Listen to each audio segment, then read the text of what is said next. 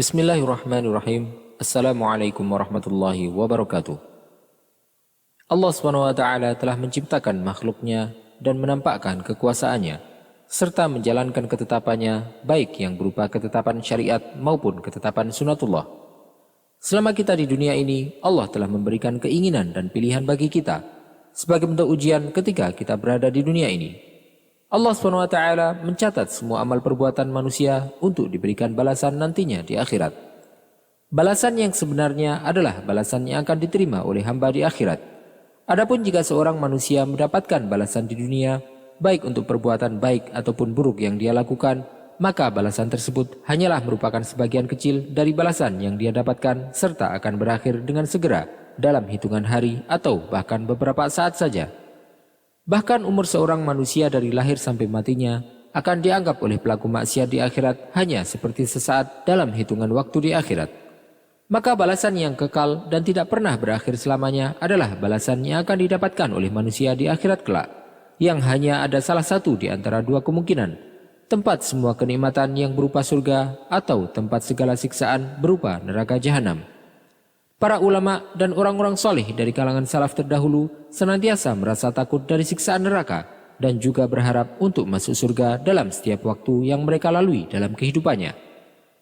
Dalam Sahih Muslim diriwayatkan dari Ibnu Sirin rahimahullah bahwasanya dia berkata, orang-orang berselisih tentang siapakah yang paling banyak berada di surga, laki-laki ataukah perempuan. Mereka kemudian bertanya kepada Abu Hurairah radhiyallahu anhu. Kemudian Abu Hurairah pun berargumen bahwa wanita di surga lebih banyak dengan sabda Rasulullah SAW, Inna awwala zumratin tadkhulul jannah ala suratil qamar lailatal badr, wallati taliha ala adwa'i kawkabin durriyin fis sama', likulli imri'in minhum zawjatan isnatan, yura mukhu suqihima min wara'il ham, wa ma fil jannati a'zab. Rombongan pertama yang akan masuk surga nampak seperti rembulan di malam purnama. Rombongan setelahnya nampak seperti bintang yang paling terang di langit. Setiap orang dari mereka memiliki dua istri, yang mana tulang sumsumnya dapat terlihat di balik dagingnya, dan di surga tidak ada seorang pun yang tidak beristri. Tetapi dalam hadis lain, Rasulullah SAW juga menyatakan bahwa wanita adalah penghuni terbanyaknya neraka. Sebagaimana yang diriwayatkan oleh Imran bin Husain radhiyallahu anhu, bahwasanya Rasulullah SAW bersabda, Ittala'atu fil jannati fara'aitu aktsara ahliha al-fuqara, wa ittala'atu fin nar fara'aitu aktsara ahliha an-nisa. Aku telah diperlihatkan surga, dan aku lihat bahwa sebagian besar penduduknya adalah orang-orang fakir. Dan aku telah diperlihatkan neraka, dan aku lihat kebanyakan penghuninya adalah para wanita. Apa sajakah perbuatan-perbuatan yang membuat wanita menjadi penghuni neraka? Serta apa sajakah sifat-sifat wanita yang akan masuk surga? Serta bagaimanakah wanita menjadi penghuni terbanyak surga sekaligus penghuni terbanyak neraka? Silakan simak video ini sampai selesai untuk mendapatkan jawabannya.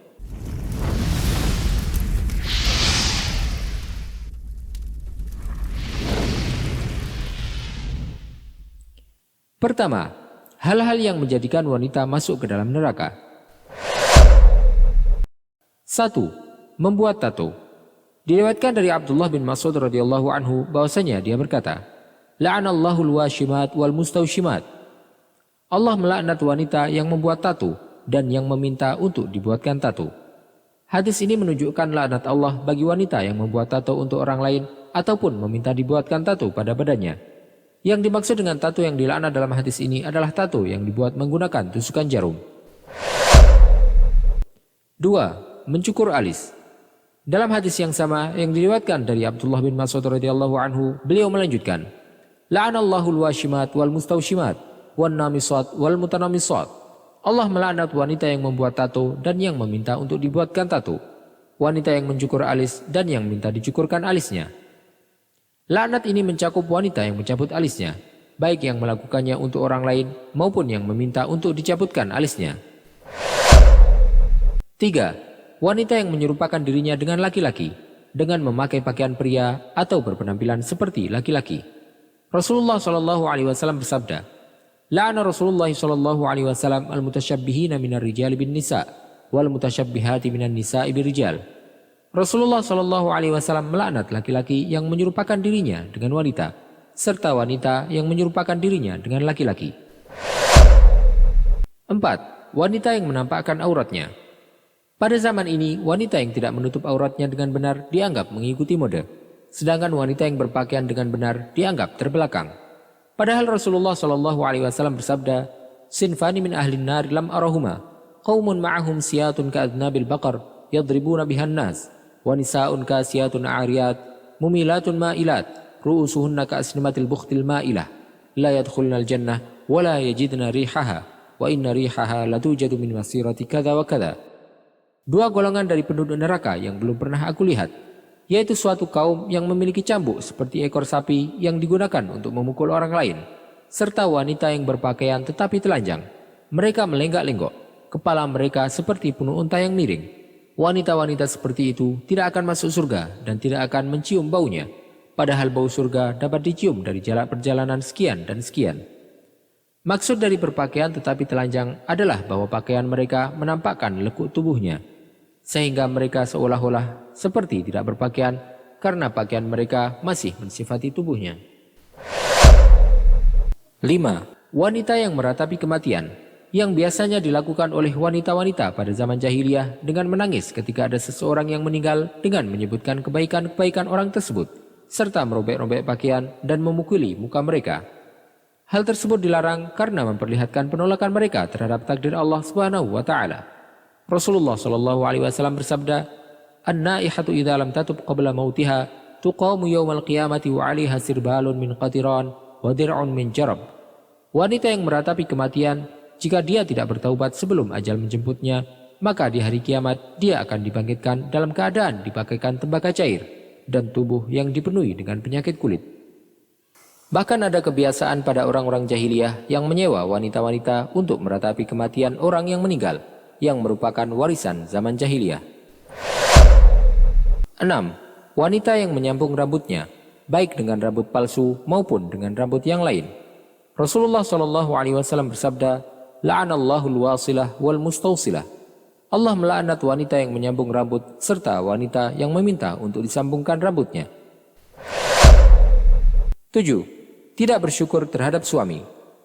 Hal ini merupakan sebab terbesar yang menjadikan wanita menjadi mayoritas penghuni neraka. Rasulullah SAW bersabda, "Uritun nara fa idza aktsaru ahliyan nisa yakfurna." Qil ayakfurna billah? Qal yakfurna al-ashir wa yakfurna al-ihsan.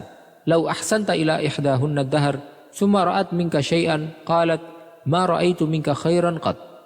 Aku diperlihatkan neraka. Ternyata sebagian besar penghuninya adalah wanita, karena mereka kufur atau tidak bersyukur. Para sahabat bertanya, "Apakah mereka kufur terhadap Allah, wahai Rasulullah?"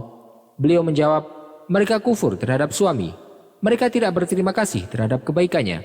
Jika kau berbuat baik kepadanya seumur hidup, kemudian dia melihat satu keburukan darimu, dia akan berkata, 'Aku tidak melihat sedikit pun kebaikan dari dirimu.'"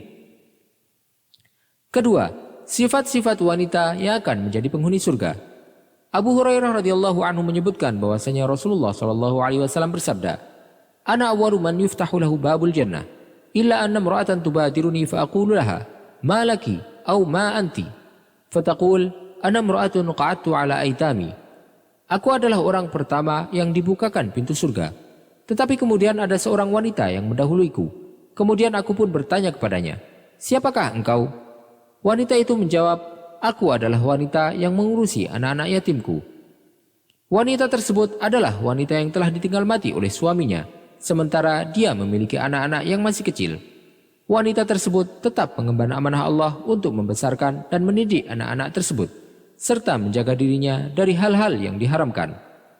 Wanita seperti ini kedudukannya dalam Islam akan mendahului Rasulullah SAW untuk mendapatkan surga, sehingga bisa masuk ke dalamnya bersama dengan Rasulullah SAW. Selain itu, sifat lain yang dimiliki oleh wanita penduduk surga yang bisa didapatkan oleh sebagian besar wanita pada umumnya adalah sebagaimana yang diriwayatkan oleh Abu Hurairah dalam hadis lain, di mana Rasulullah SAW bersabda, "Idza shallatil mar'atu khamsaha wa shamat syahraha wa hassanat farjaha wa ata'at zawjaha qila laha udkhulil jannata min ayyi abwabil jannati syi'ti." Jika wanita salat 5 waktu, berpuasa di bulan Ramadan, menjaga harga dirinya, serta mentaati suaminya, maka akan dikatakan kepadanya, "Masuklah ke dalam surga dari pintu manapun yang kau inginkan." Adapun mengenai keadaan wanita yang menjadi mayoritas penghuni neraka sekaligus mayoritas penghuni surga, Ibnul Qayyim rahimahullah menjelaskan bahwa wanita yang menjadi penghuni terbanyak di surga adalah dikarenakan adanya para bidadari di surga. Sebagaimana yang dijelaskan dalam salah satu riwayat hadis dari Imam Ahmad, bahwasanya Rasulullah SAW bersabda, "Lirrajuli min ahlil jannati zawjatani minal huril ain, ala kulli wahidatin sab'una hullah, yura mukhu saqiha min wara'i thiyab." Seorang lelaki dari penghuni surga akan memiliki 2 istri dari bidadari surga. Masing-masing dari tiap bidadari tersebut memiliki 70 lembar pakaian, yang tulang sumsumnya dapat terlihat dari balik pakaiannya. Tetapi Imam Al-Qurtubi rahimahullah menyebutkan bahwa kondisi wanita yang menjadi penghuni terbanyak neraka adalah sebelum diberikannya syafaat serta sebelum keluarnya orang-orang beriman yang melakukan perbuatan dosa dari neraka.